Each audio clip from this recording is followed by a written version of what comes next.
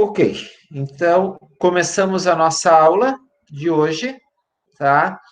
Nós vamos falar sobre alguns conceitos fundamentais e importantes, né, do direito, né? A gente fala conceitos jurídicos. Vocês já devem ter visto que nós vamos falar sobre instituições, vamos falar sobre institutos e instituições do direito, tá? Então, nós vamos aqui com a nossa aula, né? Então, conceitos jurídicos fundamentais.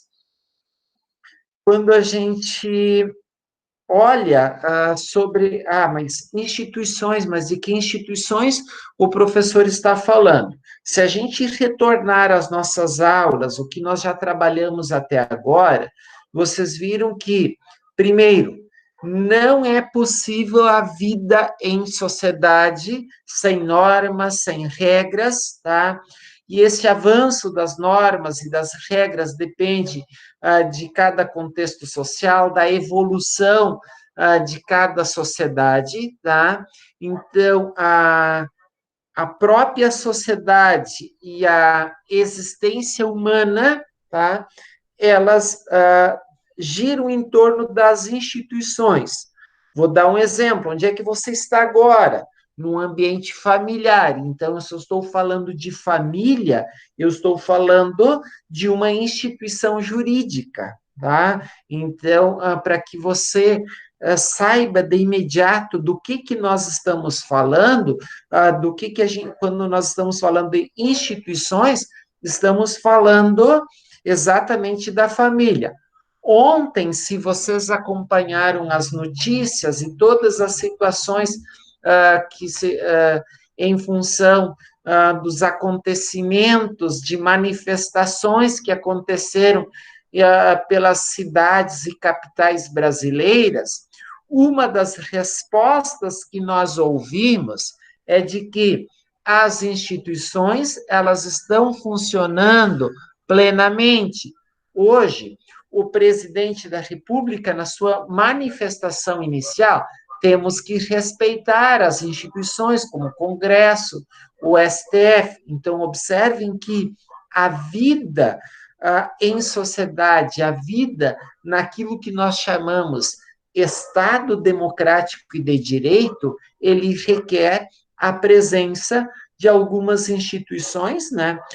De algumas instituições, e elas precisam estar funcionando a pleno, tá? Então, por isso que aqui a gente olhando a existência e a convivência humana, elas giram em torno das instituições, sejam elas materiais ou imateriais, que na sequência nós vamos trabalhá-las, tá?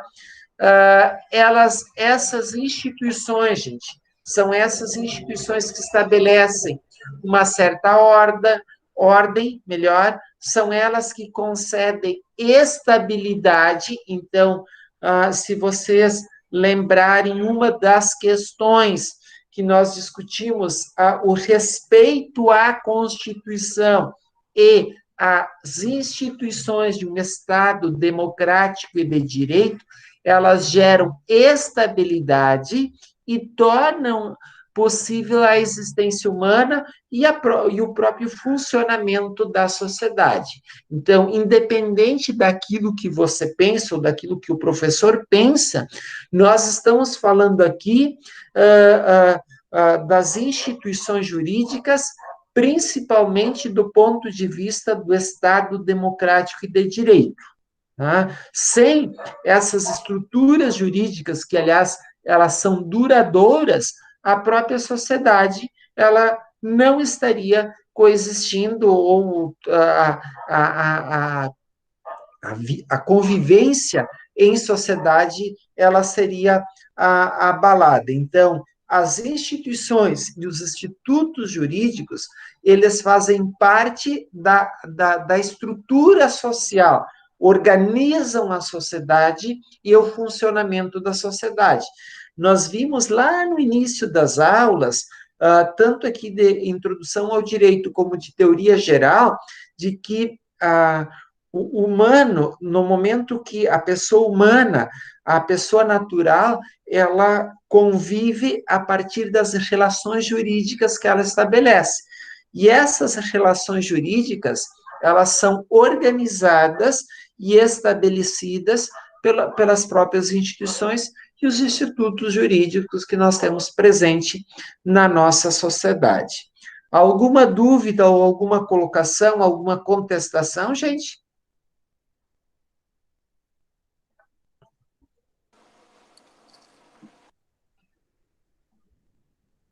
Não?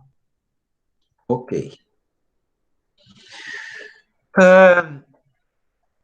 Então, agora a gente avança vendo aquilo que a gente chama de conceito, né, de instituições do ponto de vista jurídico. Então, a análise que nós estamos fazendo aqui das instituições é do ponto de vista jurídico, tá?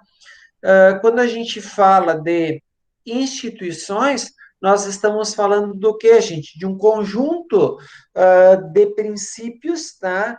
Um entrelaçamento de costumes, usos e sentimentos pelos quais se exercem controles sociais, tá?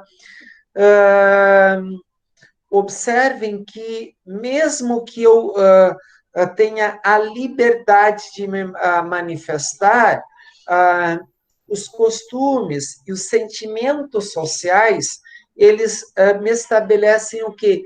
Um certo limite, tá? Um certo limite para as minhas manifestações, para aquilo que eu chamo a minha própria liberdade, tá?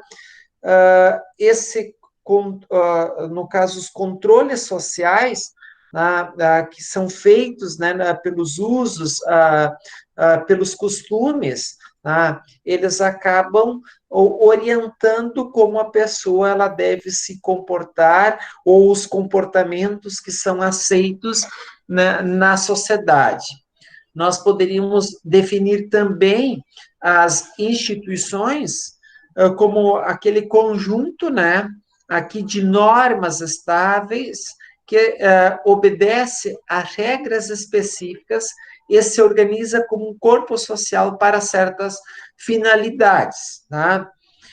Um conjunto de pilares estabelecidos pelo costume, pela razão e pelos sentimentos que alicerçam a sociedade, sustentando-a.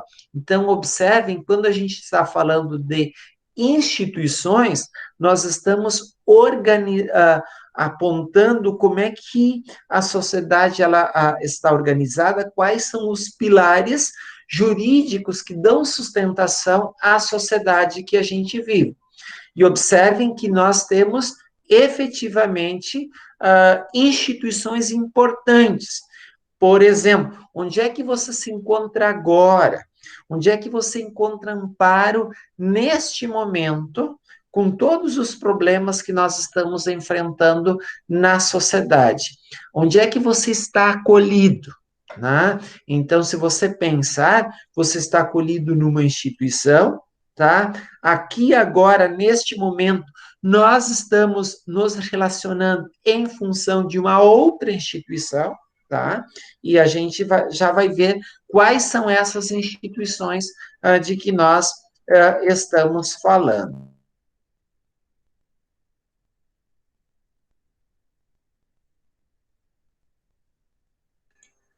Acho que travou aqui. Ético Também e travou. moral, tá? Voltou. Travou? Voltou? Tá ok. Voltou. Então, vamos olhar para algumas instituições primárias, tá? Lembram que há pouco eu estava falando para vocês onde é que você se encontra neste momento? Certamente junto à tua família. Estou aqui na minha família e cada um junto à sua família. E, observem o quanto que esta instituição ela é importante para o funcionamento da sociedade. Alguém de vocês pode pensar, mas cada um constitui a família da forma como quer? Da forma como deseja?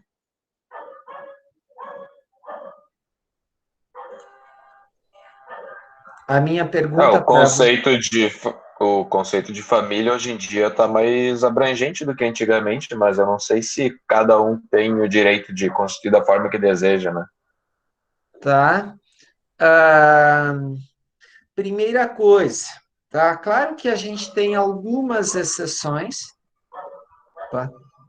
Temos algumas exceções, tá? Temos algumas exceções, mas, por exemplo, eu posso casar com duas pessoas, Não, Não, tá? uma de cada A, vez. uma de cada vez. Há regras, tá? Não é porque eu quero, não, é porque o sistema jurídico ele orienta a constituição, a organização familiar. Observem que nós temos há algumas regras, alguns requisitos para você casar, para ser reconhecida a união estável. Estão percebendo que por mais que a gente tenha liberdade de organização, sim, a pessoa pela qual você vai escolher para conviver, ok, você tem a liberdade, você tem a autonomia, mas, por outro lado, quando a gente fala, sim, o Rafael aponta a questão dos costumes, sim, os costumes é que orientam, porque há algum tempo atrás não eram os pais que escolhiam, principalmente quem as meninas iriam casar, o casamento ele não era um negócio. Eu pergunto para vocês, o casamento hoje, ele não é uma espécie de um negócio? Não deixa de ser. Não deixa de ser. Estou olhando aqui para ver se tem algum questionamento, isso baseado nos costumes. Por outros, existem outras normas, ok, culturais, outros costumes, sim, tá? Outros costumes. Procede, né? A observação do Rafael. Professor Dir, Fala. e no caso, por exemplo, digamos que venha uma família árabe, onde lá se instituiu um casamento de sete, entre seis, sete, que seja duas mulheres com um homem. Como fica a situação dessa pessoa quando ela vem para o Brasil? Tá. Se ela, daí por isso vai ter uma disciplina que vocês vão, que se chama Direito Internacional Privado, tá? E que nós, na sequência, a gente vai ver algumas situações, tá?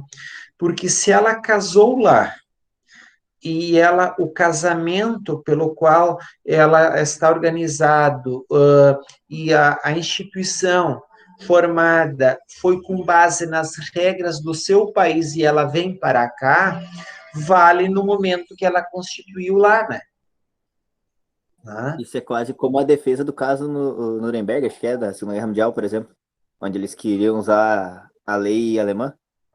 Exato, exatamente. Então, por isso que no direito a gente precisa olhar algumas coisas. Por exemplo, eu casei no Brasil, tá? Ou eu casei na Argentina, eu casei na Itália, eu casei nos Estados Unidos. A regra do casamento, ela depende onde é que a cerimônia ela foi feita, né? Onde é que o casamento, onde o casamento ele foi constituído, né? Então, eu não posso dizer aplicar para um outro país a nossa regra. Se a pessoa está vivendo aqui, tá? Ela pode, desde que ela case na embaixada do seu país, casar dentro das regras lá do outro país. Do contrário, ele vai ter que seguir as nossas regras. Tá? Então, são algumas questões que ali adiante, quando a gente estudar a lei de introdução ao direito brasileiro, e principalmente quando vocês estudarem a disciplina Direito Internacional Privado, essas questões elas serão aprofundadas, mas como regra, vale a regra do país onde o ato ele foi do casamento ele foi efetuado, né? Então, por exemplo, se eu casei aqui no Brasil, vale a regra brasileira. Se eu casei na Itália, daí tem algumas exceções, Se eu casei lá na embaixada brasileira na Itália, vai seguir a regra brasileira, mas do contrário, é a regra italiana se eu casei em qualquer cartório lá da Itália, ok? Tá.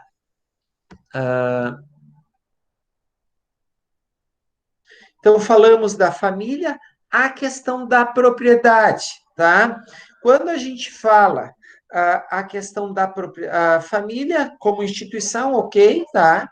Então, eu concordo com os colegas aí que falaram que nós temos hoje outras orientações, questões que a gente não aceitava há um tempo atrás, nós temos principalmente pela jurisprudência, tá? Principalmente pela jurisprudência, tá? Então, nós temos situações novas e colocadas aqui, né, no nosso dia a dia, que elas são extremamente importantes, né, para principalmente a convivência e a aceitação social.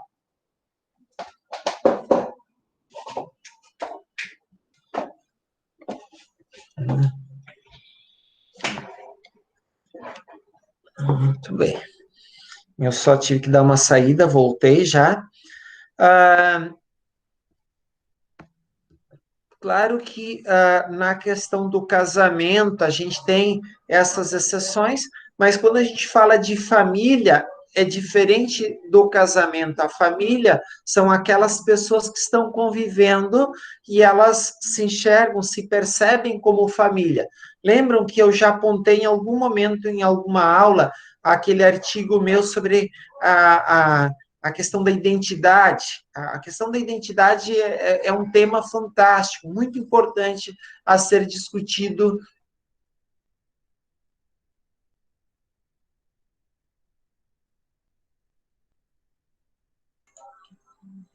Travou. Constituição, nós encontramos o direito, né, de propriedade, encontramos também o direito de propriedade no Código Civil. Então, o direito brasileiro, ele tem uma história de proteção à propriedade, tá? De proteger a propriedade, tá? Então, por exemplo, quando a gente está falando a propriedade, nós estamos falando daquela pessoa que tem o título, que tem o registro, né, a matrícula, é diferente do instituto da posse, tá? A posse é um instituto, tá? O que é a posse, né? Lembram das ações de uso capião, gente? Alguém de vocês já ouviu falar sobre isso? Sim. Eu já ouvi falar, mas não sei como funciona exatamente. Sim, Tá. sim. Vai ser um assunto específico de direitos reais, tá? Mas o que acontece? Eu estou em cima de uma determinada, de um imóvel, tá? Pode ser urbano ou pode ser do campo também, tá, gente? Então, este imóvel, tá? Este imóvel, se eu estou lá com posse mansa, pacífica e como assim, ó, e que as pessoas me reconheçam como proprietário daquele imóvel, pode ser se eu tenho documento ou com o tempo eu posso me tornar o quê? Proprietário daquele imóvel. E a ação de uso capião é uma das formas de eu regularizar um imóvel. Por exemplo, eu compro imóveis, tá? Aliás, por contrato no caso particular, tá? Então, eu compro um imóvel por contrato particular, o que acontece? Como é que eu vou regularizar aquele imóvel? Eu não consigo. Então, com o tempo, eu tenho a possibilidade de eu entrar com uma ação de uso capião e regularizar aquele imóvel. Então, a ação de uso capião é quando eu não tenho como fazer uma escritura pública de compra e venda de um imóvel, tá? Então, a única forma de eu regularizar aquele imóvel, fazer a transferência para o meu nome é pelo uso capião, tá? Então, falamos da família, falamos da propriedade, e a questão da propriedade, ela é importante para a organização da sociedade. Observem que o Estado, ele cobra tributos, né, IPTU, para quem mora na cidade, o ITR para quem mora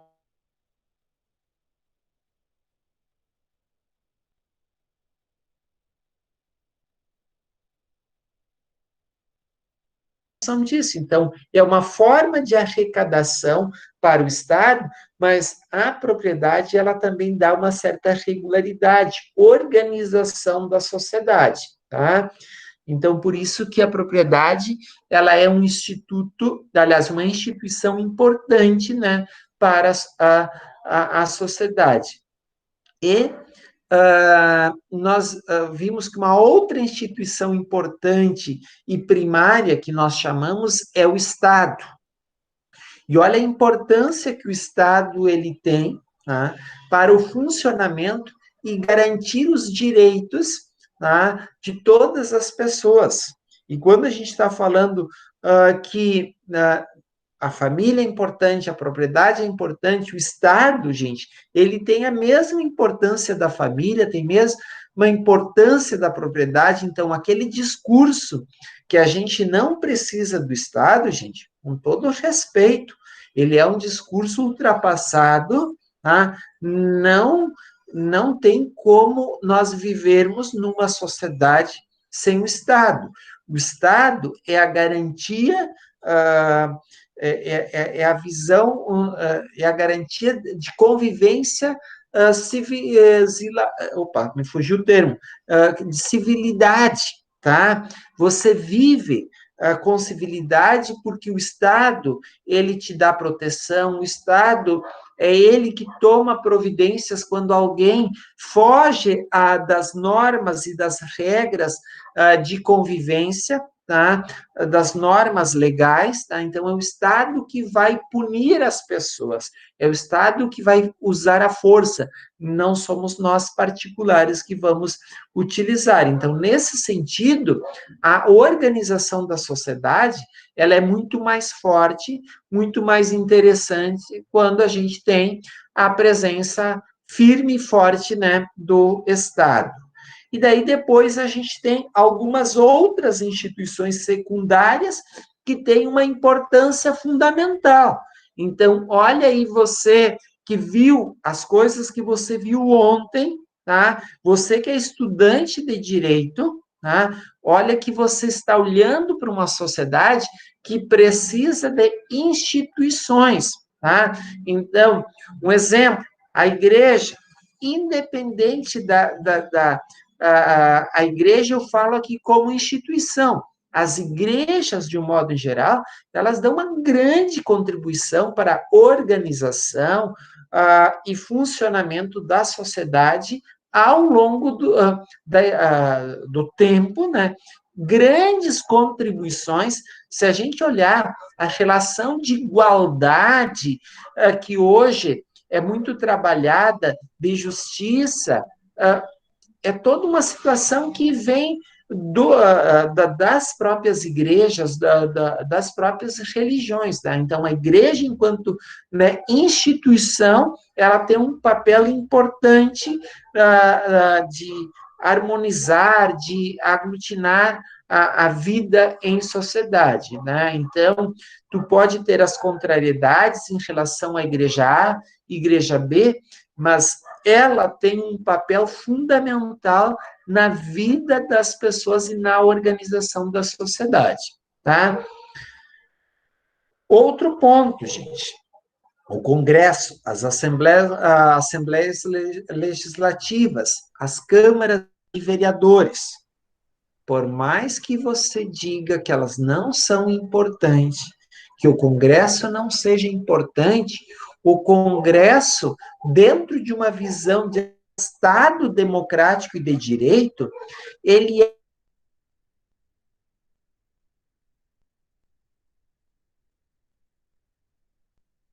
Cortou aqui, aí para vocês também? Cortou aqui também. Opa, Professora e trova. Professora havia parado quando tu começou a explicar sobre o Congresso, os tribunais e os sindicatos. tá. Então, o Congresso, por mais questionamentos que a gente tem em relação ao comportamento de parte dos congressistas, Travou de novo. Talvez a pegada aí, cara. Meu amigo. que é bem melhor. Ok? Travou 2 vezes na tua fala, professor. A gente só pegou o início e o fim, Odir. Tá. Voltamos novamente. Isso. Tá? A questão do Congresso, tá? A questão do Congresso, tá? Ele é extremamente importante, tá? Deixa eu só... Aqui, eu preciso mandar uma mensagem, porque eu acho que tem alguém usando a internet aqui hoje indevidamente, que é o meu filho. Vamos ver se ele está jogando, tá? Um minutinho.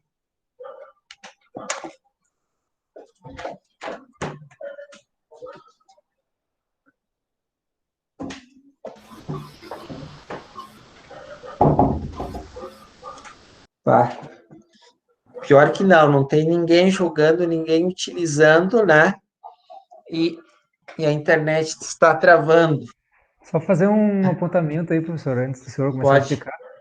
Bonita camisa, viu? Ah, Gostei. também gostei. Discordo. Muito bem.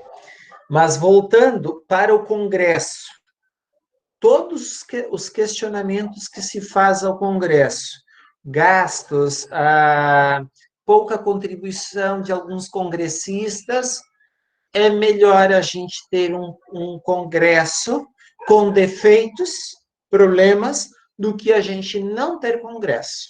Tá? Então, aquele discurso do fechamento do Congresso, gente, esse é um discurso ultrapassado. Esse é um discurso reacionário. Esse é um discurso que não vem a favor dos profissionais do direito. Acho que fere a Constituição, né? Perfeito, mas principalmente, daí não tem sentido você estar fazendo um curso de direito e defender o fechamento do Congresso. Né? Então, mas todas as experiências ditatoriais, elas desrespeitam as instituições. Todas. Né? Tanto de direita como de esquerda.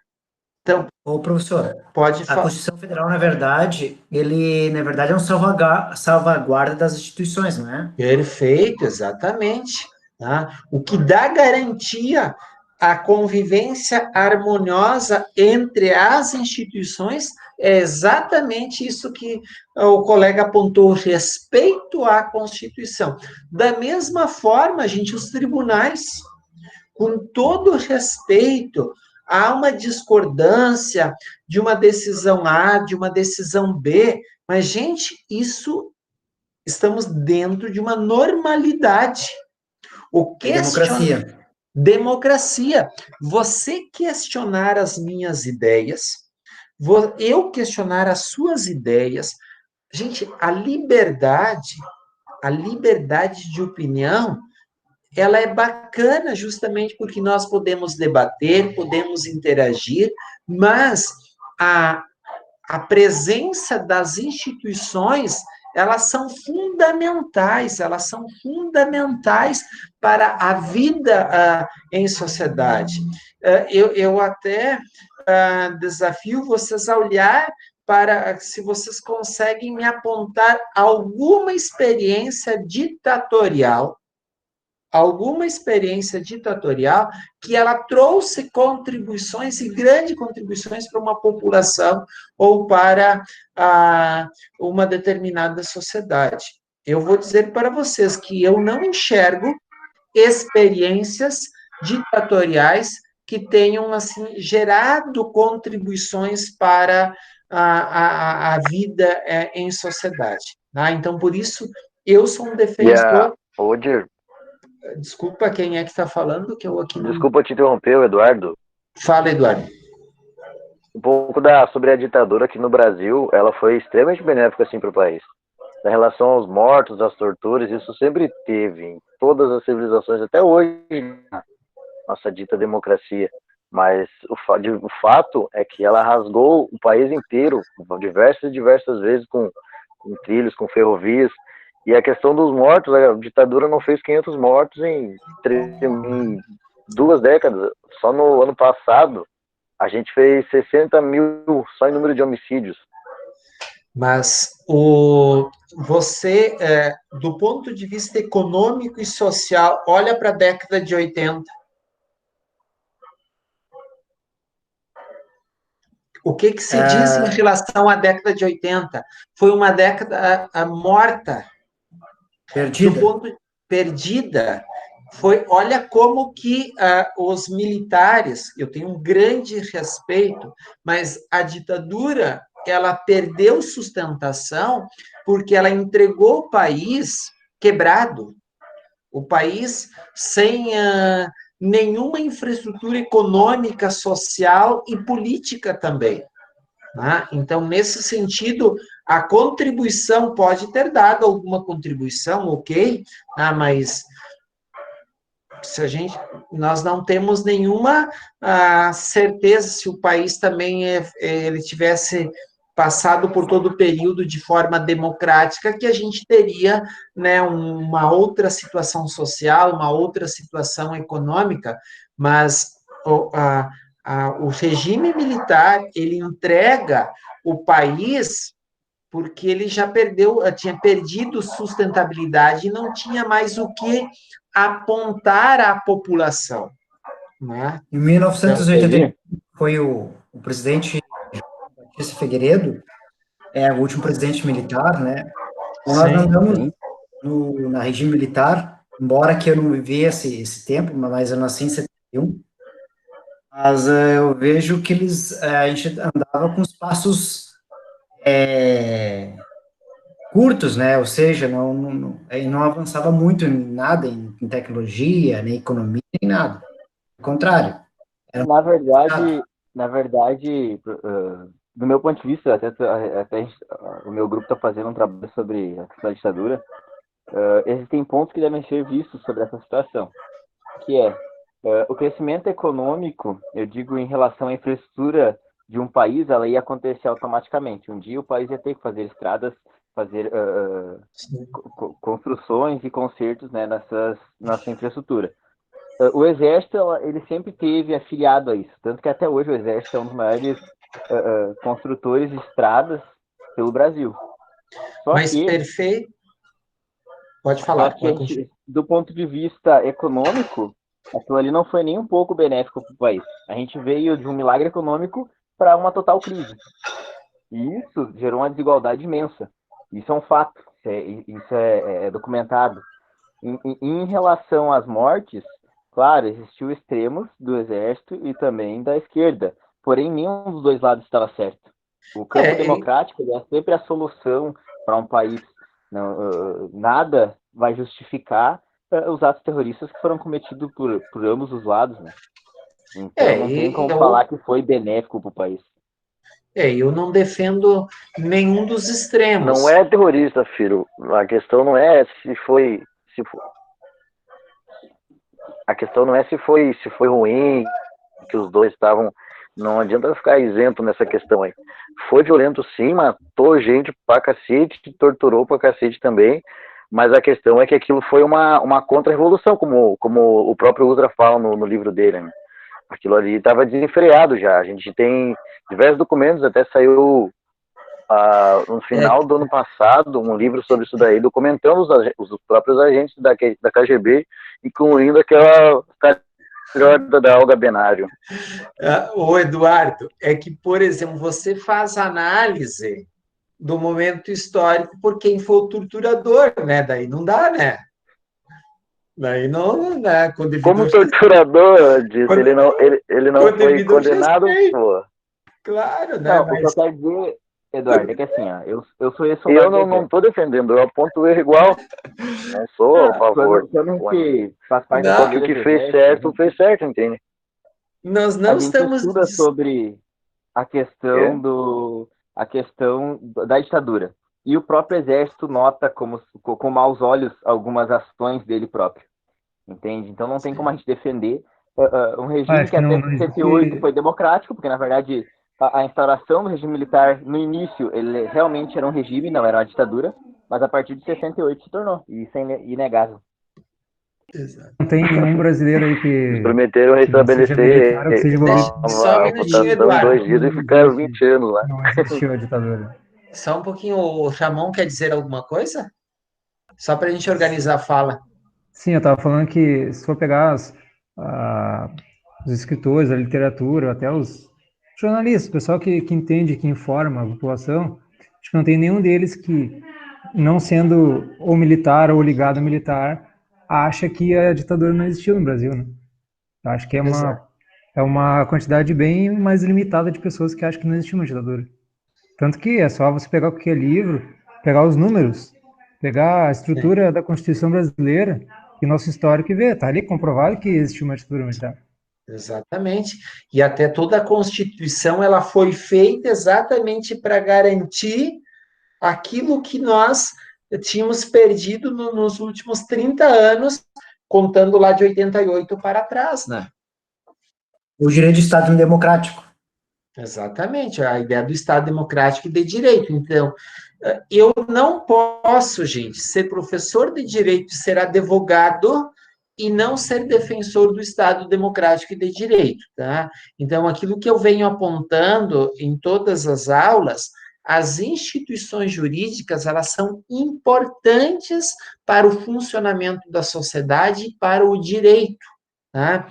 Porque quando não houver Estado democrático e de direito, seria interessante que vocês olhassem para as experiências dos países, as consequências elas são muito mais desastrosas, e foi para o Brasil. A experiência ditatorial, ela trouxe uma consequência desastrosa, ela quebrou o país do ponto de vista econômico, do ponto de vista social. Se a gente olha a quantidade de instituições, universidades que nós criamos e desenvolvemos depois dos anos 2000, né? A educação, o acesso à educação, gente, é só vocês olharem o que acontecia nos municípios.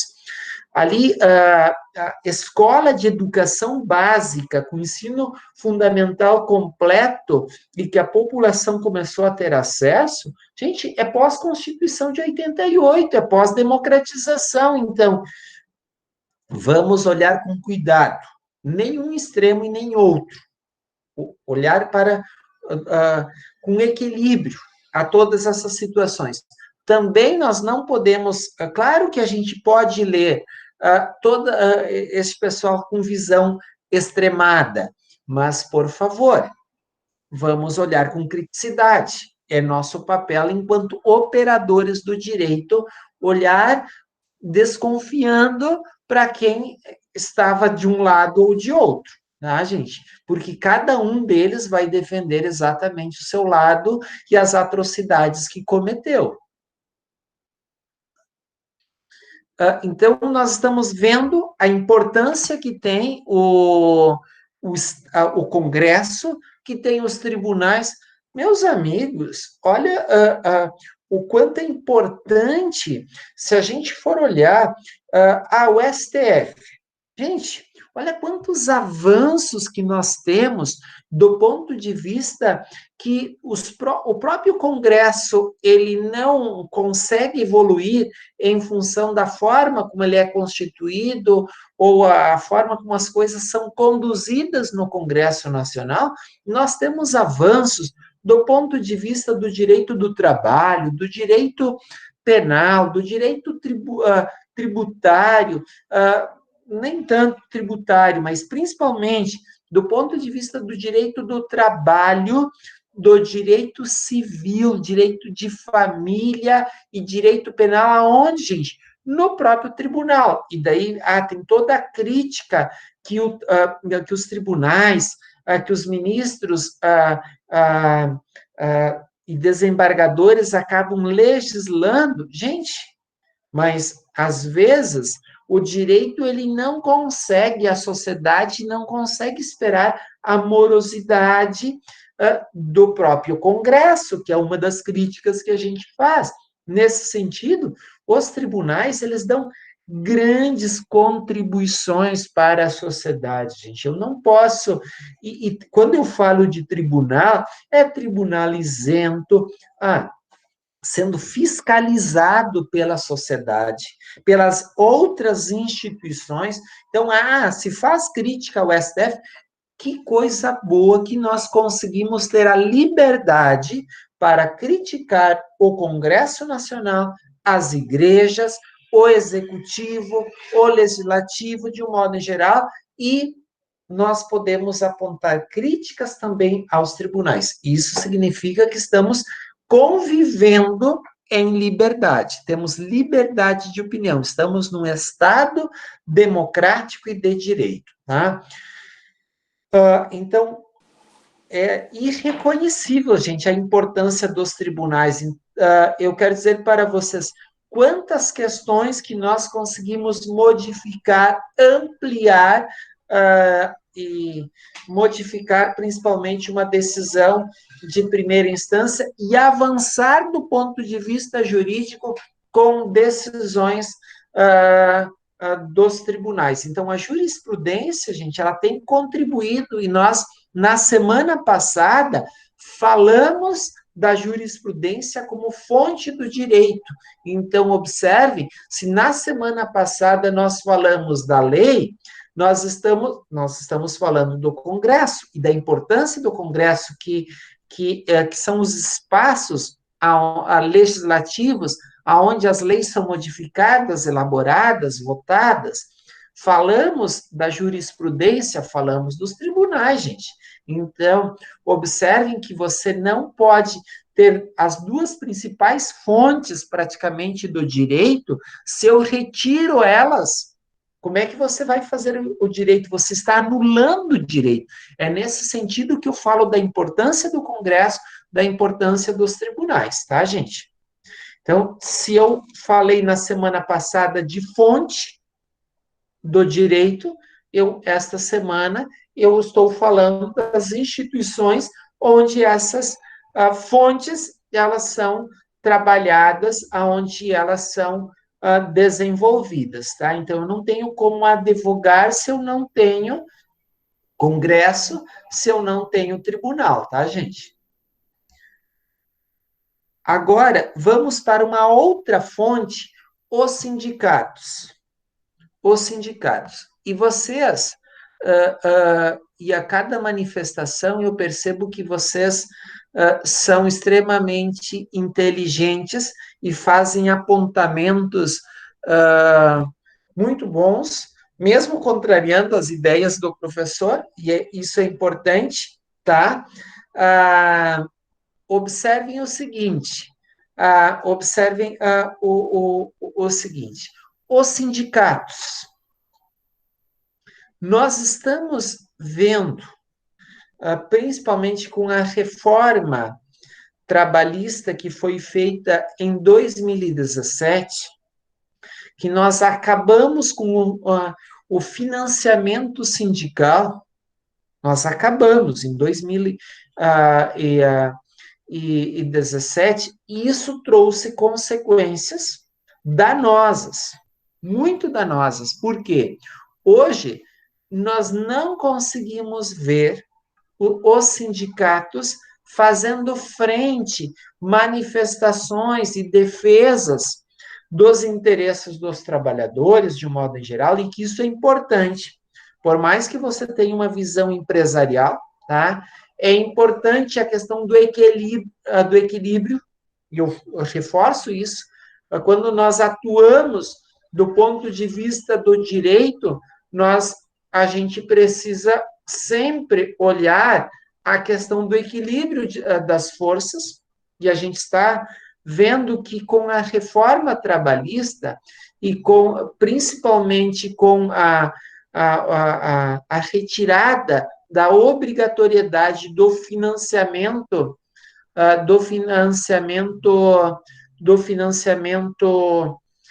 sindical, nós acabamos com uma instituição extremamente importante. Claro que tinha muito problema com a questão sindical, mas eu prefiro ter problemas com sindicatos do que a inexistência de sindicatos, tá? Olhem o quanto que você que advoga no direito do trabalho, tá? Eu advogo no direito do trabalho.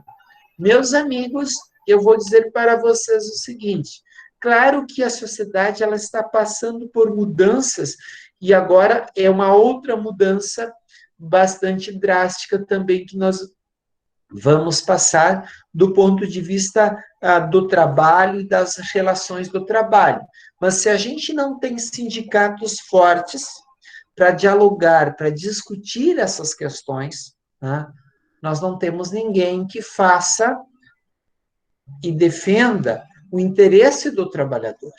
E é isso que a gente vem observando, principalmente nas medidas provisórias, e até eu não sei, tem a medida provisória, eu não consegui acompanhar se ela foi votada e vai ser possível de ser votada hoje a medida provisória que trata das relações de trabalho, né, do contrato verde-amarelo. Não sei se alguém acompanhou, viu alguma situação nesse sentido. Eu até estava Estava em pauta ainda, mas não aprovaram nada. Tá, isso, gente, é importante, observem, porque se não tem ninguém que possa fazer frente ou defender os interesses, porque o empresariado, de um modo em geral, gente, eles têm força política, eles têm força econômica, tá? Eles conseguem se articular e organizar, tá? Então, Professor, é a questão do equilíbrio. É nesse sentido que eu aponto que a questão, principalmente hoje, de nós não termos mais o financiamento sindical, nós quebramos com essa relação de equilíbrio. Pode falar. Professor, o senhor acha que, no ponto de vista, digamos assim,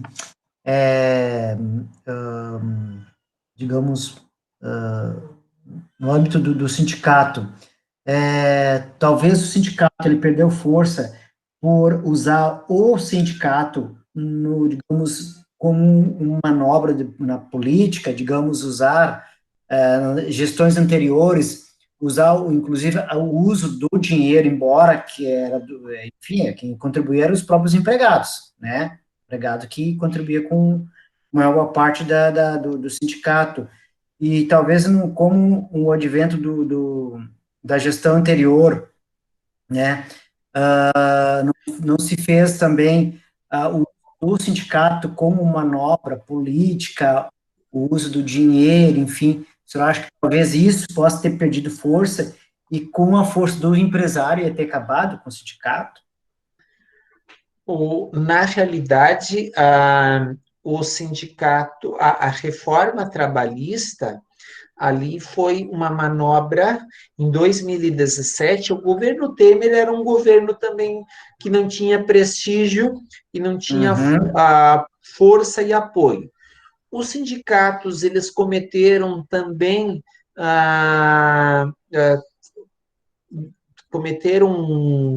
eu vou usar o seguinte, erros ao longo da história, com toda certeza, tá? Os sindicatos falharam muito, agora, a organização social, gente, nós não podemos entender que um diretório acadêmico, ele não seja uma organização política, que um sindicato não seja uma organização política. Sindicato é uma organização social e política, gente, tá? Então, se eu achar que um sindicato, ele não é uma organização política, qual é o conceito que eu tenho de sindicato enquanto instituição? Sindicato, ele existe para fazer política. Qual seria o papel? Eu vou dar um exemplo, gente. OAB, se não é, enquanto organização de classe, trabalhar para fazer a defesa dos interesses dos advogados e da advocacia de um modo em geral, qual é o sentido da existência da OAB? Gente, a OAB Sim. é uma organização social e política. Ela trabalha, sim, os interesses da advocacia, mas se ela não agir politicamente, gente, ela não defende os nossos interesses. Sim. Da mesma forma, né, o sindicato do setor calçadista, dos trabalhadores lá do calçado, gente, da mesma Sim. forma, olha o que é o sindicato médico, por que os médicos, gente, eles têm essa força política na sociedade? Sim, mas assim... Porque tem um sindicato que atua politicamente muito forte. Uhum. O que eu me refiro nesse sentido que eu falei, não é o fato do sindicato, as associações também tem bastante, né? Me refiro, sim, o sindicato nesse sentido de usar a própria instituição, né, para fazer, não fazer política, a política, como o senhor falou, tem que fazer, mas a forma de usar. Sim, concordo.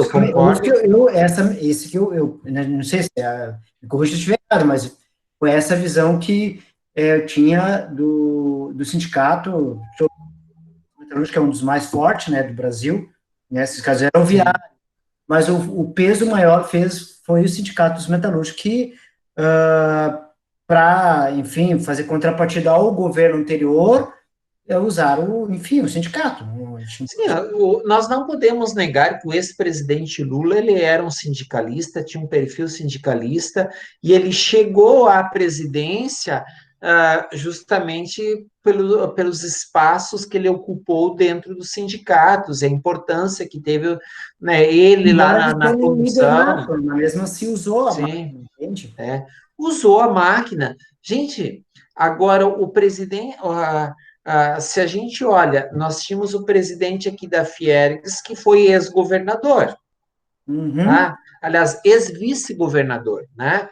Eu não vejo problema disso. São as entidades sendo representadas, né, nos diferentes... Desde que a gestão seja uma lesura, que tenha honestidade. Exato, eu não vejo problema disso. Então, é a questão da visão equilibrada, gente. Eu não posso condenar que o empresário, que ele seja um representante das federações e dos interesses empresariais, chega no poder, tá? Mas eu também tenho que respeitar que os trabalhadores têm os seus representantes no poder. Né? Sabe que eu na verdade, eu trabalho numa concessionária e a gente tinha um sindicato antes que era forte, era bem relevante o sindicato. Com a perda da contribuição, né, a gente também perdeu alguns direitos conquistados em razão do sindicato. Hoje a gente tem outro sindicato que, na verdade, não perdeu força, porque como não tem contribuição, se digamos, reivindicar alguma coisa, não faz diferença alguma, porque ele não tem força mais. Razão porque acabou a contribuição, o sindicato também acabou. E eu vou dizer, pessoal, isso acaba repercutindo e a gente precisa ter todo um cuidado. Se a gente vai aniquilando todos os direitos sociais, direitos dos trabalhadores, onde é que você vai atuar na condição de advogado? Você vai defender que interesse? São algumas percepções que eu tenho, gente, e você precisa ter todo um cuidado que vamos mudar algumas situações, né? Vamos mudar algumas situações, mas isso acaba repercutindo e vai repercutir depois no teu espaço de trabalho, né? E legal isso que vocês estão colocando. Só para ter uma ideia, onde eu trabalho, tá? O futuro do vendedor de concessionário, de vendedor de carro, tá, vai estar mudando aos poucos. Só para ter uma ideia, tem alguns colegas meus que trabalham em outras concessionárias concorrentes, que a empresa está tirando o funcionário vendedor de veículos, tá? Recontratando novamente, colocando ele de novo no mercado, na mesma empresa, e e ele tem que registrar um e-mail, ou seja, para evitar de pagar os encargos sociais, né? Enfim, o FGTS, 13º, férias, né? E transferindo toda essa corresponsabilidade para o vendedor, ou seja, ele vai ganhar uma comissão X e todos os encargos, se ele quiser ter direito, ele vai ter que assumir através de um CNPJ, porque antes, como tinha força do sindicato, enfim, não haveria por que fazer. Eu acredito que nem o senhor falou, a relação de trabalho provavelmente vai mudar cada vez mais, né? Porque o governo também ele leva muita carga tributária, contrapartida, o próprio empresário ele também se vê obrigado, às vezes, de tirar digamos, do veículo empregatício e colocar como registrar CNPJ e diminuir o encargo. É o que eu vejo, o que está acontecendo no meu caso, entendeu? E olha as consequências que isso te traz e traz Bastante. para os trabalhadores. Primeiro, tá, o MEI tu vai pagar sobre um salário mínimo. Olha o quanto isso vai te repercutir depois lá na tua aposentadoria. Tá? Num primeiro momento, tu acha bacana isso. Tu vai continuar ganhando praticamente o mesmo salário, tá? Tu vai ficar ganhando o mesmo salário, mas a contribuição para a Previdência, ela vai ser mínima. Então, hoje, tu acha que tu vai continuar ganhando mais, mas ali adiante isso te traz uma consequência negativa muito, gente, tá? Então, observem que nós, estudantes de direito, que estamos vivendo o direito, a gente não pode olhar só o agora, a gente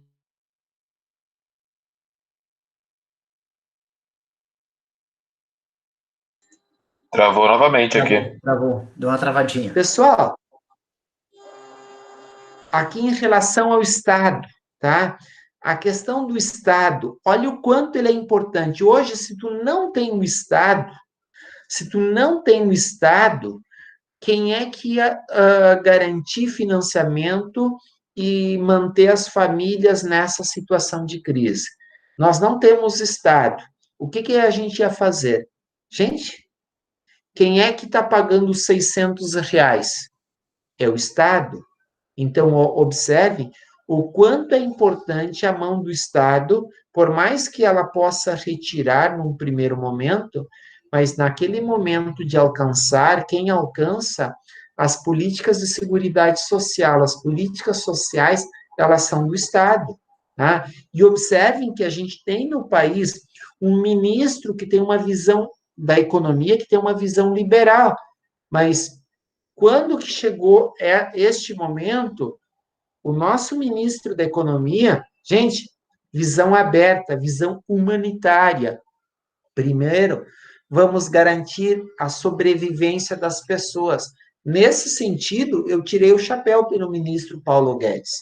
O próprio presidente da República, com todos os seus desatinos, gente, eu não vi o presidente da República tendo uma manifestação contrária a apoio aos R$ 600, a esses programas de sustentação mínima para a população agora, gente. Então, nesse sentido, são visões de equilíbrio que eu estou vendo na sociedade e no Estado, né, pela própria presidência da República, fora todos os desatinos que faz parte da personalidade, né, do nosso presidente, que às vezes a gente tem que esquecer. Ontem disse uma coisa, hoje disse outra. Então, Superou ontem, né? Nem um extremo, nem outro, gente. É uma estratégia, a gente precisa entender a forma como o nosso presidente ele se comporta. Ele está de olho na reeleição, né?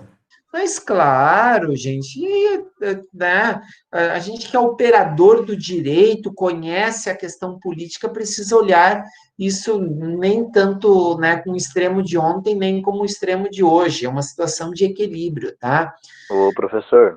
Vamos, fala. O Jair, ele fez um comentário aqui no chat, Deixa eu Ele só ver. escreveu assim: veja a importância do Estado ao comparar a Coreia do Sul com a Coreia do Norte. Eu concordo muito com o que ele disse. A questão não é a gente extinguir o Estado, destruir o Estado, criar uma terceira coisa, um anarquismo, um anarcocapitalismo. A questão é o tamanho dele. Você não pode definir a conduta nem a vida do indivíduo, né?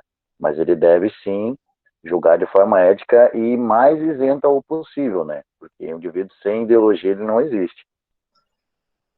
Olha o que a Coreia do Sul, né, tem, é a questão da educação, preocupação com saúde, né, eu até eu nem sei se alguém de vocês ouviu alguma notícia do governo ditatorial da Coreia do Norte. Então, observem como que modelos ditatoriais, eles não são parâmetros de análise para a gente, nem pode ser, tá? O maior exemplo que eu estou dando aqui para vocês exatamente, e muito obrigado, Jair, por ter trazido essa discussão, né? Porque, na realidade, o que ele tá nos apontando? Que o modelo democrático, como o da Coreia do Sul, superou, encontrou saída. Agora, o modelo lá ditatorial, nós nem temos informação de como é que está a situação lá. Eu não sei se alguém de vocês tem alguma notícia, mas eu, assim, de memória, não tenho notícias em relação à Coreia do Norte.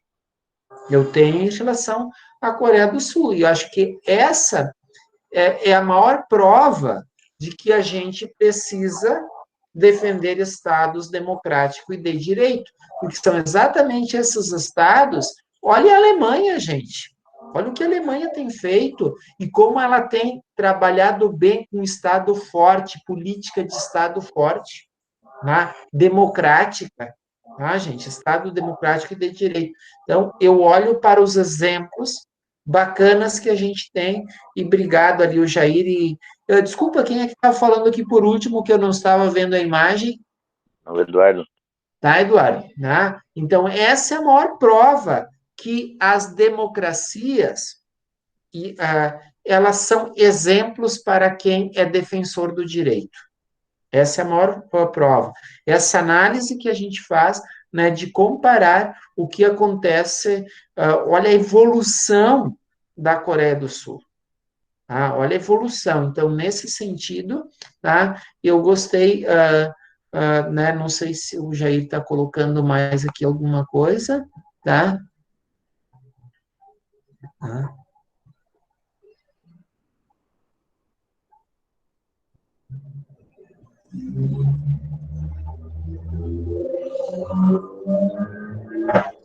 Não, é que, por exemplo, é o seguinte, nós não podemos usar esses países, o Partido dos Trabalhadores, como se não fosse lá né, esses modelos ditatoriais, eles não servem, né, para a gente.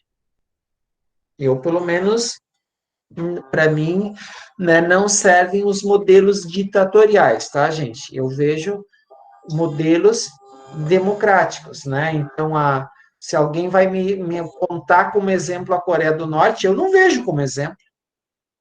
Pelo contrário, eu vejo como eu não vejo. Estão me ouvindo? Sim. Eu não vejo a Coreia do Norte como exemplo. Eu não vejo daí, né?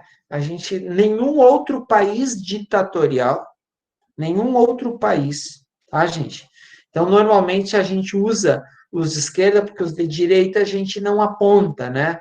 Nenhum modelo ditatorial, aqui para nós, de garantia das instituições, se nós estamos estudando as instituições, gente, tá? Olha, estamos a família, a propriedade, o Estado, a igreja, o Congresso, os tribunais, os sindicatos, as universidades. Meus amigos, olha a importância que as universidades, elas tomaram neste momento como locos de produção do conhecimento, da ciência. Gente, nunca as instituições, E quando eu falo quais são os países que encontraram respostas, que estão encontrando respostas, são exatamente aqueles países que respeitam as instituições. Exemplo, Alemanha, exemplo, Coreia do Sul. São esses países, gente, que conseguiram fazer o enfrentamento legal desses problemas, que respeitam exatamente o que? As instituições primárias, as instituições secundárias. Nenhum país que desrespeitou essas instituições, a gente vê aí como exemplo, tá, pessoal? Eu, pelo menos, dentro da minha visão, eu não consigo enxergar os países ditatoriais e as ditaduras como exemplos, tá, gente? Então, pode ser de direita, pode ser de esquerda, tá? Então, olha, por exemplo, da Alemanha, olha como exemplo para a Coreia do Sul, eu não sei se eu entendi países ditatoriais, gente, eles não vão cuidar da sua população, tá? Não vão, pode ser de direita e de esquerda. Olhem os exemplos, pessoal. A Coreia do Norte nunca vai ser exemplo aqui para gente. Nunca, tá?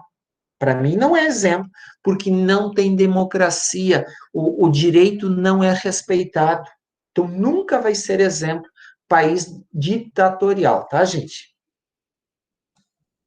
Por isso que eu fico com os exemplos da Coreia do Sul e não do Norte. Ok, gente? Eu não sei se o Jair quer falar alguma coisa, né? Nenhum ditador vai... Ah, tá. Mas não só as de esquerda, tu está apontando só as ditaduras de esquerda. Busque países que têm ditadura de direita, que estão lá os seus governantes há 30, 40 anos, 20 anos. Gente, a realidade é a mesma. Ditadura de direita ou de esquerda, né, é a mesma. Né? Então... Como a mesma, professor. Vai comparar menos de 1.000 mortes em 20 anos de ditadura do Brasil, a chamada ditadura de direita, como pega, por exemplo, durante o regime do Stalin, que ele matou 6 milhões de pessoas, a fome, como que não tem diferença, cara? Não, meu amigo, pelo amor de Deus, ditadura não... Ou a gente defende o Estado democrático e de direito, tá? Estado democrático e de direito é diferente, meu amigo, tá? Eu dou exemplo, tu não consegue me dar um exemplo, me aponte algum exemplo de alguma ditadura de direita, te desafio agora para tu me trazer na próxima aula, um exemplo de ditadura de direita. Professor, gostaria de pontuar minha opinião a respeito disso. Quem? O meu modelo... Tá, pode trazer. Quem é que está falando? Jair. Jair, por favor. Sim. Porque uma ditadura de direita é meio que uma incoerência, porque Estado o que é um modelo comunista, por exemplo? É o Estado máximo. O que a direita prega? Estado mínimo. E uma ditadura se consegue em cima de um Estado máximo, um Estado forte, vide Coreia do Norte, União Soviética, enfim. Tá. Então, uma ditadura de direita não pode existir, porque é praticamente o mínimo de Estado possível. É a maior liberdade econômica, política.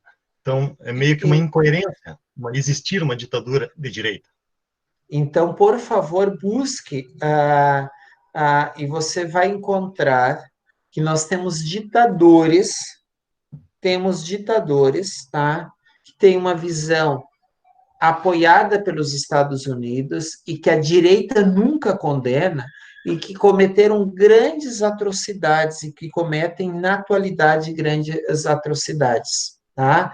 Então, eu não consigo pensar uma ditadura que defenda a liberdade. Mas exatamente, este é o ponto. Mas, a liberdade é o contrário da ditadura. Mas aonde é que tu me aponta uma ditadura de direita que defende intervenção militar com liberdade? Não temos? Não há? Como é que, por exemplo, eu estou defendendo a liberdade, tá ok? Estou defendendo a liberdade, eu estou defendendo uma intervenção militar. Ok. E o que foi o... Então, por que o Congresso acionou os militares? Justamente para se manter as instituições, para se manter a ordem no país. Não existiu um golpe, foi o Congresso que decretou a vacância da cadeira presidencial. Então, justamente acionado os militares para se manter. Tá, e o que foi na sequência? Eles ficaram um tempo no poder, podem ter ficado mais do que realmente deveria, ok, concordo, mas tanto é que voltaram os civis ao poder, diferente de, por exemplo, Venezuela, onde, historicamente, sempre foi o mesmo governo, sempre o mesmo governo autoritário. O governo da Venezuela não pode ser exemplo para nada para a gente, pelo amor de Deus, né? Tá? Eu vou fazer uma busca de ditaduras e vou fazer um debate com vocês na semana que vem, uma parte deste tema. Nós vamos criar um horário para fazer um debate sobre este tema, tá bem? Eu vou fazer uma parte para... Gente, não dá para...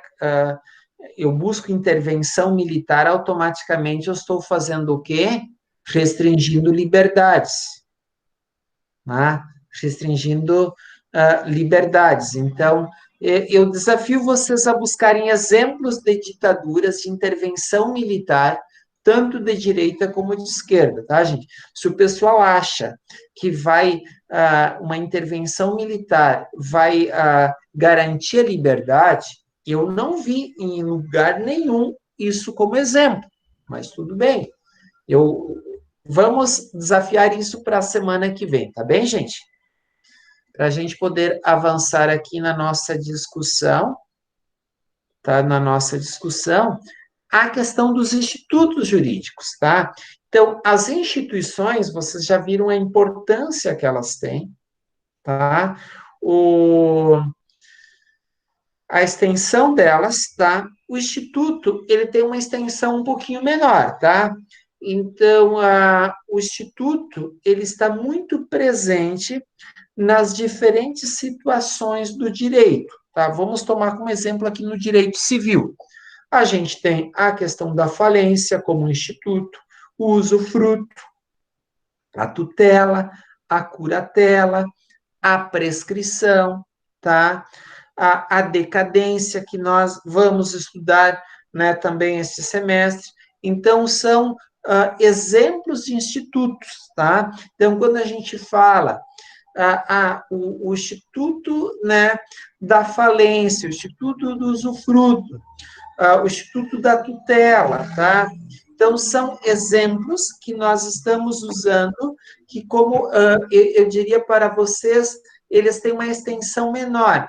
Eles têm as suas normas, tem o Instituto ele tem a sua regra, tá? Então, decadência tem as suas regras, prescrição tem as suas regras, curatelas tem as suas regras, a intervenção, que são institutos de direito processual, tem as suas regras, o recurso da apelação tem a sua regra, o agravo tem o cumprimento de sentença, a execução. Então, os institutos todos de direito, eles têm as suas regras, né? Damos como exemplo a questão da posse, a propriedade é uma instituição, a posse é um instituto, o Congresso é uma instituição, o impeachment, né, dos presidentes é um instituto que nós temos presente, né, no ordenamento jurídico. Então, observem que as instituições, elas têm uma extensão maior, né? Então, olha o significado da propriedade, o quanto que ela tem de importância, né, para uma organização, a organização da sociedade, mas a posse também é um instituto que de certa forma, tem também as suas garantias, tem os seus critérios que devem ser observados, mas nós trabalhamos tanto com a propriedade como com a posse. Por exemplo, você vai fazer um divórcio. Se as pessoas são proprietárias, nós temos uma discussão. Se a gente está falando 50% do imóvel X, do imóvel Y, tá? Agora, se as pessoas elas têm apenas posse, nós estamos falando de direitos e ações. Nós, né, não estamos falando a partilha, a gente fala a partir de direitos e ações, tá, gente? Então, por isso que a gente tem muito presente, né, no direito a questão dos institutos e das instituições. Tá. E para que essa sociedade ela possa funcionar bem, como a gente viu na semana passada, a questão das fontes, a ideia das fontes do direito, elas nos trazem para aquilo que nós chamamos uma espécie de ordem jurídica. O que é ordem jurídica? É onde as instituições e os institutos se fazem presente, tá? Então, por exemplo, ordem jurídica ou ordenamento jurídico, quando eu estou falando do quê? Das normas, eu estou falando dos costumes, eu estou falando da jurisprudência e eu estou falando dos princípios jurídicos, tá? Por exemplo, dentro de uma visão pós-positivista que orienta o direito hoje, tá? Nós estamos falando em alguém desliga o microfone, por favor? Nós estamos falando exatamente do sistema jurídico como ele é composto na atualidade, tá? Então, deixa eu só ver quem é que está com o microfone.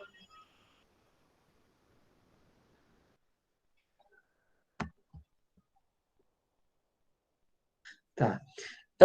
Então, o ordenamento, o sistema jurídico, ele é composto por todo, quando a gente está falando ordenamento positivo.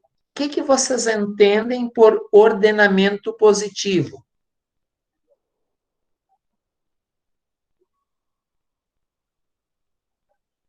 Ordenamento positivo, ok? Alguém pode falar? É o que está na lei. Exato, são todas as leis, né? Então, o ordenamento positivo, a Constituição, são os códigos, as leis complementares, os estatutos, tá? Então, Súmulas. não, súmula, Não? nós estamos falando aqui de jurisprudência. Tá. Jurisprudência, súmula, tá? Tá. Então, é exemplo.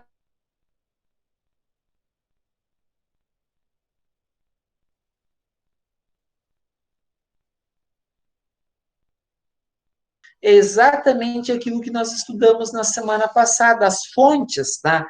A ordem jurídica, ela é composta pelas fontes, né? Então, olha aqui, todo o ordenamento, todas as normas, leis, regras, tá? Normas consuetudinárias, os costumes, exatamente, as normas morais elaboradas pelos costumes, tá? A jurisprudência, daí aqui a gente tem as súmulas, tá? E também a gente tem toda a questão dos julgados que passam a orientar as novas decisões judiciais, né, gente? Tá?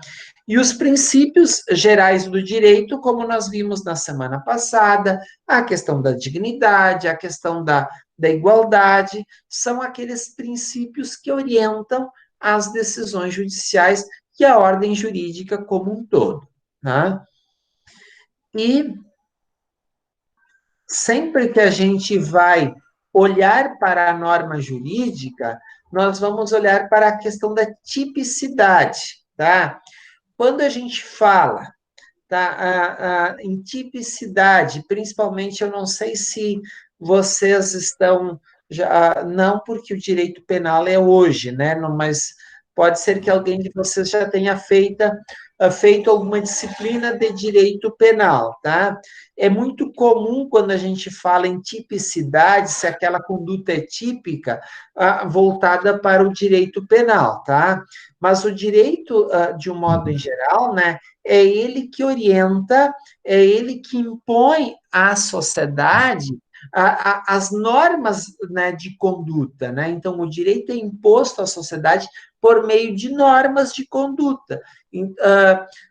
Qual é a velocidade que eu tenho que andar, né, na rodovia, dentro da cidade? Se eu não andar dentro dessa velocidade estabelecida pelas normas, né, eu posso sofrer alguma sanção, alguma coerção. Então, vocês estão percebendo, né, que o direito ele é imposto por meio de normas, né? Justamente para quê? Para o próprio funcionamento da sociedade. Então, por isso, o direito, gente, ele é coercível, né? Ele impõe determinadas sanções, porque se você não obedecer às normas, você vai sofrer determinadas sanções. Por isso que o direito, ele determina quais são as normas que passíveis de coerção ou não de coerção, tá? Então, por isso que as descrições da norma obrigam a um determinado comportamento, tá? Este comportamento ele pode ser positivo ou negativo. Por exemplo, não matar, né? Observe. Ou matar alguém, tá? Então, se você matar alguém, qual vai ser a punição que você vai ter? Então, por isso que as normas, elas obrigam a um determinado comportamento, tá? Toda norma jurídica se apresenta como uma descrição hipotética, exatamente porque se a norma ela pode ser aplicada ali adiante, ela está descrevendo, se você não pagar, tá? Ficar devendo para alguém, lá tem a descrição do que você pode fazer. Se você cometer um homicídio, daí lá tem o quê? A descrição hipotética. Então, por isso que a norma jurídica, tá, gente? Ela descreve um comportamento, ela faz uma descrição hipotética daquilo que pode acontecer e por isso que ela age de forma preventiva. É essa a ideia, no momento que ela descreve que tais e tais comportamentos têm sanção, a norma jurídica, o fato de existir tipicidade, orienta o comportamento das pessoas, tá?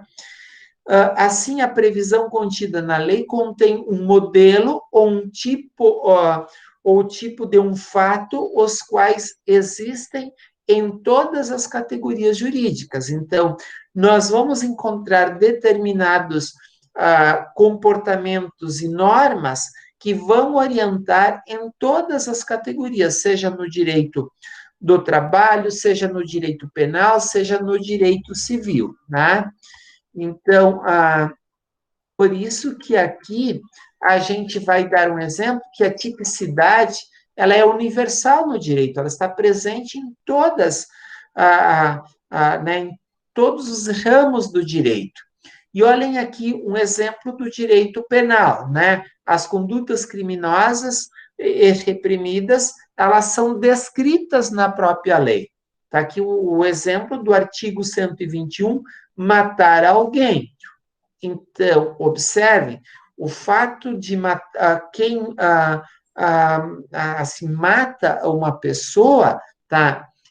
O matar, o ato de matar, ele é considerado que um homicídio e é considerado que um fato típico. Então, o que é um fato típico? É aquele fato que está descrito na lei como o homicídio, né? O ato de matar alguém. Entenderam, gente?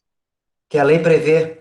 Exatamente, que está previsto na lei. Aquela situação, ela está descrita na lei, tá? Prevista na lei. Por exemplo, no direito civil, tá? os vários institutos são delineados por uma descrição legal. O que é a posse? Para que você está num imóvel, e este imóvel está garantido pela tua posse, eles têm toda uma descrição ali no direito civil. É só você ir ali no artigo 1238, se eu não me engano, seguintes, você vai ver toda a descrição, como é que você adquire a propriedade por meio da posse. É um exemplo de um instituto. A questão das obrigações também, né? Se tem alguém de vocês fazendo direito civil, fez direito civil 2 no semestre passado, a questão do testamento. Para que um testamento seja válido, quais são os critérios que devem ser observados, regras a serem seguidas em relação ao testamento. Casamento, mesma coisa. Algumas pessoas, está descrito na lei que não podem casar ascendentes com os descendentes. Observe, tanto no parentesco natural como civil, tá? Quando a gente está falando de parentesco civil, nós estamos falando de quem? Natural, vocês sabem, pai e mãe, tá? E filhos, né? Agora, netos, tá? Parentesco civil, nós estamos falando de quem? Seria de primos, irmãos? Primos, tá? Primos, é possível casar entre primos? É possível, tá? Mas ali ascendente e descendente natural civil, acho que seria tipo pai e mãe biológico, ou por adoção, ou Exato, casamento de padrasto, né? Por adoção, eu não posso casar com o meu enteado, minha enteada, nesse sentido, tá? Civil, tá? Porque eu não posso casar com o meu sogro, com minha sogra, né? Eu não posso casar. É nesse sentido parentesco civil, tá, gente? Porque a sogra, inclusive, ela é parente, mesmo com o divórcio, continua sendo parente, tá? É só vocês olharem lá nas relações de parentesco, né? Credo. Mas é uma desgraça, né, professor? Exatamente. Sogra vai ser sempre sogra. Exatamente. Tá? É diferente de cunhada. Se caso eu me divorciar, eu posso casar com cunhada. Isso é permitido. Mas aí tu popa a sogra. Popa a sogra daí. Exatamente, tá. Mas observem, pessoal, que depois não é objeto, mas primos podem casar, tem algumas situações que tios e sobrinhos podem casar, tá? Isso é objeto de discussão lá no direito de família. Vocês olhem se alguém tem interesse, é possível sim casar, tá? Terceiro grau e quarto grau. Quarto grau, tá, gente? Quarto grau podem casar, não há restrição a parentes de quarto grau. Terceiro grau é que tem restrição, e que daí, então, tem que olhar o caso específico, tá, gente? Então, observem que nós temos também, tá, tipicidades, situações descritas no direito civil também, como quem não pode casar. Então, por isso, quando a gente falou de exemplo, né, no sentido positivo, né? Se você matar alguém, olha o que vai acontecer. Você não pode casar, é o sentido negativo, tá? Comportamento positivo. Pode falar. Professor, nesse caso ali, tá dizendo ali, a lei tá tipicidade positivo, aliás, o tipo penal tá positivo, matar alguém. Mas, na verdade, ela é como se fosse não podem casar, porque tá dizendo que tu não pode matar alguém, né? Tá prevendo um fato. Mas tá é a forma. Pode falar. Tá prevendo um tipo ali, que daí tu vai pegar a conduta, no caso, né, do direito penal, e vai aplicar uma pena. Então, na verdade, é uma previsão de forma positiva, mas de uma coisa negativa, quer dizer que não pode fazer, né? Sim, concordo. As descrições da norma obrigam a determinado comportamento, ele tanto positivo ou negativo, né? Então, eu concordo plenamente contigo, tá? E quando eu digo se matar alguém, olha o que que acontecer. Então, né, se você matar alguém, qual vai ser a consequência? É considerado um fato típico. Você não pode casar, que é ascendente com descendente, tá? Então, você está apontando uma situação que não pode ser feita, tá? E que a gente entende isso positivamente, mas, de fato, concordo contigo ali no teu exemplo. Mas essa classificação, não sei se em alguma situação teria que fazer uma classificação disso, de repente é dissertativo, mas em qual caso que se encaixaria esse artigo penal ali? O que que você faz? Tem algumas situações que são afirmativas, né? Afirmativas, olha, matar alguém, tá? Furtar, tá? Então, não está dizendo não furtar, não matar. É uma situação afirmativa. Se você matar alguém, eu estou afirmando, tá? Então, não podem casar. É uma situação negativa, porque você não pode fazer. Então, não matar não é tipificado. Tá? Agora, se eu matar alguém, tu está me entendendo, Chamon? Sim, Tá? entendi. Tá? Então, por isso o comportamento positivo. Então, o comportamento positivo, se você matar alguém, é tipificado. Se tu não matar, não é tipificado. Tu me entendeu? Sim, é porque todo o Código Penal ele tá assim, né? Ele tem o verbo, né? E a questão do direito Exato. civil e os outros direitos é diferente. Ele descreve uma situação de maneira Exato. diferente, por isso Por que isso fica que difícil de entender isso. E daí por isso que nós falamos que as descrições da norma obrigam a determinado comportamento, às vezes o quê? Positivo ou negativo, e por isso que a gente trouxe aqui dois exemplos, um do direito penal e outro do direito civil, que o direito penal ele afirma, e o direito civil, ele nega, você não pode casar, né? Tá. Ô, Então, professor, pode perguntar. só uma dúvida rápida, te interrompendo. Na verdade, então, o direito ele é interpretativo. A gente pode partir da seguinte premissa do depende. Por exemplo, se o camarada matar alguém em uma legítima defesa, é excludente de licitude. Então, já não é pela totalidade desse artigo 121, por É exemplo. considerado um homicídio? É a primeira pergunta. Daí, uma das situações, daí tem, você daí vai ver matar alguém.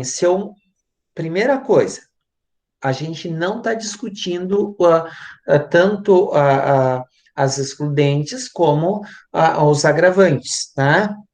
Os atenuantes, tá? Observe, aqui a gente está só apenas o que o direito, né, ele aponta determinados comportamentos que sejam, às vezes, positivo e, às vezes, negativo. E o exemplo, e a tipicidade, ela faz parte, né, do direito de um modo em geral, tá? E o exemplo que a gente trouxe que no direito penal, ele faz ele é mais afirmativo, enquanto no direito civil ele é mais o quê? Negativo.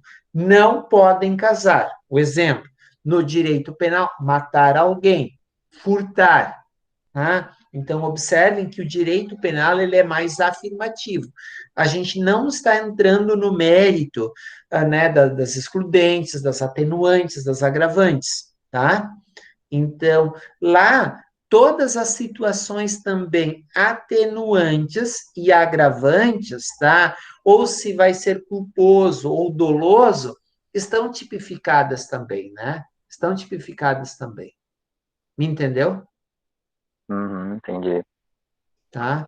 Não sei se era Obrigado. essa a discussão também, mas Sim, era essa mesma. Tá. E daí tem também, no caso do furto, né? Tem aquele furto famílico, né? Sim, perfeito, exatamente. Mas aqui a gente não está entrando no detalhe da discussão, nós estamos vendo como é que o direito ele se comporta, como é que ele organiza. Por isso, olha aqui, gente, a necessidade de certeza jurídica e da pré-determinação, se a gente olhar lá na lei, ninguém pode ser punido senão em função da lei, né, gente? tá? Se não houver lei anterior, eu não posso dizer que alguém, se a lei não estava já colocada, eu não posso dizer que alguém desrespeitou a norma. Por isso, da necessidade da certeza jurídica e da pré-determinação formal. Um exemplo, eu posso dizer para vocês agora, pessoal, quem não estava aqui presente na aula de hoje perdeu um ponto. Mas tinha alguma situação determinada que nem pode, né, gente? Nem pode esse tipo de situação. Mas havia uma determinação anterior que todos eram obrigados a estar assistindo a aula aqui agora? Não havia. Se não havia, olhem aqui, gente. O que é a segurança jurídica? Tem que haver uma pré-determinação anterior, porque isso nós damos o quê? Regularidade às ações da própria sociedade. Então, o direito, o Estado, né, e o judiciário, tá?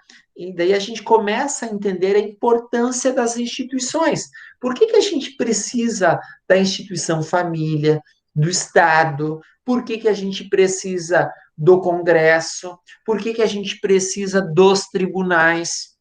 Está aqui, gente, a regularidade das situações na sociedade. Então, e vocês em todas as observações, eu nunca fiz a defesa de modelos ditatoriais. E vou fazer a defesa de modelos ditatoriais. Por quê? Se eu sou é uma questão de coerência, tá? Porque a regularidade na sociedade, e uma sociedade ela vai existir se existirem o quê, gente? Normas, regras que deem normalidade para esta sociedade. Agora, quando eu dependo da autoridade de uma pessoa, qual vai ser a garantia de como é que vai funcionar amanhã? Os modelos ditatoriais, a lei, a norma está onde? Na pessoa. Enquanto que nos modelos democráticos, aonde está o limite? Na lei, está escrito. E os diferentes poderes, eles harmonizam essa relação, tá? Então, por isso que a sociedade, gente, e a ação regular da sociedade, ela depende que as situações estejam lá na norma. Está lá na Constituição, gente. Está lá no Código Civil, está lá no Estatuto da Criança e do Adolescente, está lá na Lei Maria da Penha. Então, vocês percebam, se eu tiver um comportamento agressivo, violento com a minha esposa, onde é que está prevista esta situação? Eu tenho conhecimento, está lá na Lei Maria da Penha. O Estado ele vai agir com base no quê? Naquilo que está descrito na lei. Então, vocês estão percebendo como isso é importante? Tá? Tá. O que eu tenho que fazer? Se alguém descumprir com a norma, eu tenho que bater na porta do Estado. Então, este o grande sentido, tá? Este é o grande papel do Estado, do Judiciário, do legislador, né? Fazer com que existam normas e que essas normas sejam cumpridas pela sociedade. Este é o papel do Estado, tá? Alguma dúvida, pessoal, em relação ao que nós colocamos até agora? Não, professor. Não. Eu vou aqui terminar, então, a nossa gravação da aula, tá?